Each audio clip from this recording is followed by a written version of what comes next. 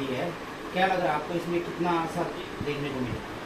देखिए, मैं उन तमाम संगठनों को साधुवाद करता हूं उत्तराखंड प्रांतदल की ओर से, जिन्होंने उत्तराखंड के बुनियादी मुद्दों में उत्तराखंड प्रांतदल का साथ देते हुए इस रैली को सफल बनाने में सहयोग किया।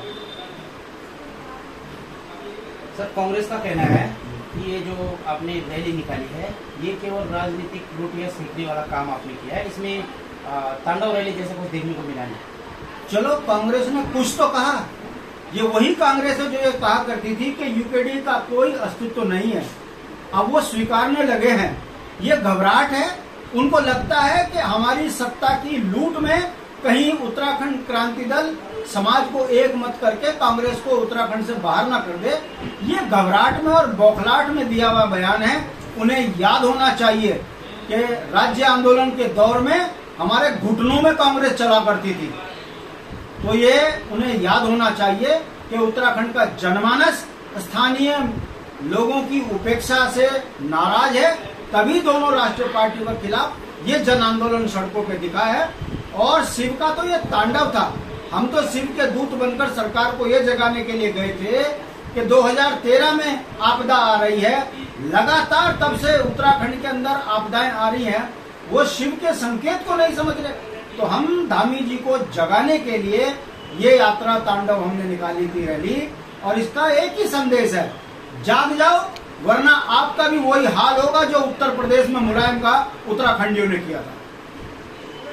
सर, आगामी उपचुनाव है, केदारनाथ में जो है उपचुनाव होने वाले हैं, किस तरह से देखते हैं आप? देखिए, अगर उत्तराखंड की जनता केदारनाथ में सोना चोरी, क्यूआर कोड लगा के चंदा खाने वालों के चरित्र को देखते हुए अपने मत का दान ऐसी पार्टी को करें कि जिन्होंने आपके नौनिहाल बच्चों के लिए सड़क पर संघर्ष किया, शहादतें दी, तो मैं ठोक के कह सकता हूं कि केदारनाथ में अप्रत्याशित रिजल्ट आएंगे, उत्तराखंड क्रांति दल का प्रत्याशी जीत सकता है, ये मेरा विश्वास है।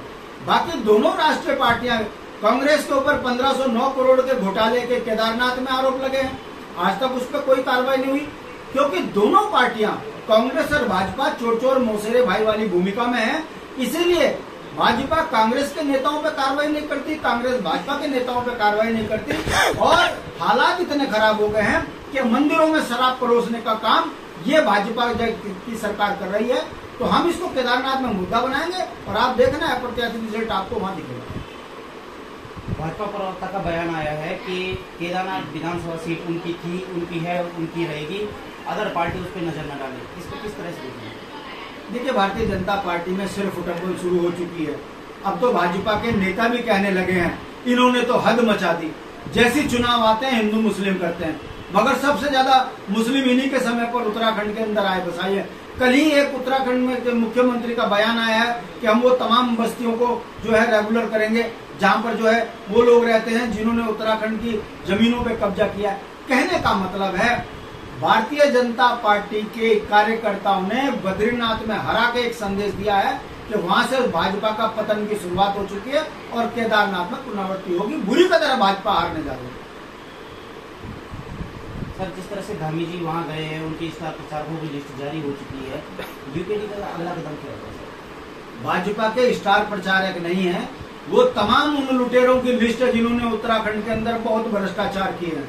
अगर वाकई भारतीय जनता पार्टी कार्यकर्ताओं की और नेताओं की पार्टी होती तो वहां के संगठन के लोगों के नाम होते। तमाम कैबिनेट मंत्री विधायकों के नाम डालकर भाजपा ने एक संदेश दिया है कि तुमने जितना कमाया है केदारनाथ में लगा दो। ये जनता में संदेश जा रहा है। कार्यकर्ताओं की उपेक्षा केदारनाथ में भाजपा को सबक सिखाएगी, उनके घर का सर फुटा हुआ केदारनाथ में दिख जाएगा। सर, लास्ट सवाल है, भाजपा सदस्यता अभियान में कह रहे हैं कि 13 लाख से ऊपर उनके सदस्य बन चुके हैं और अभी भी बन रहे हैं, इसको आपको किस तरह देखते हैं? उसके लिए तो मीम बन चुके हैं। आपका फोन उठाओ, उसमें मिस कॉल मार दो, बन गए सदस्य। ऐसे ऐसे लोग सदस्य बनकर ऐसी ऐसी जगह पर भाजपा के मिस कॉल के जो है नंबर लगे हैं कि वहां से बातें सुनती है तो बड़ी शर्म आती है कि ये लोकतंत्र का पतन कहां तक चला गया भाजपा में कि मिस कॉल करने के लिए टॉयलेट के उसका भी इस्तेमाल हो रहा है।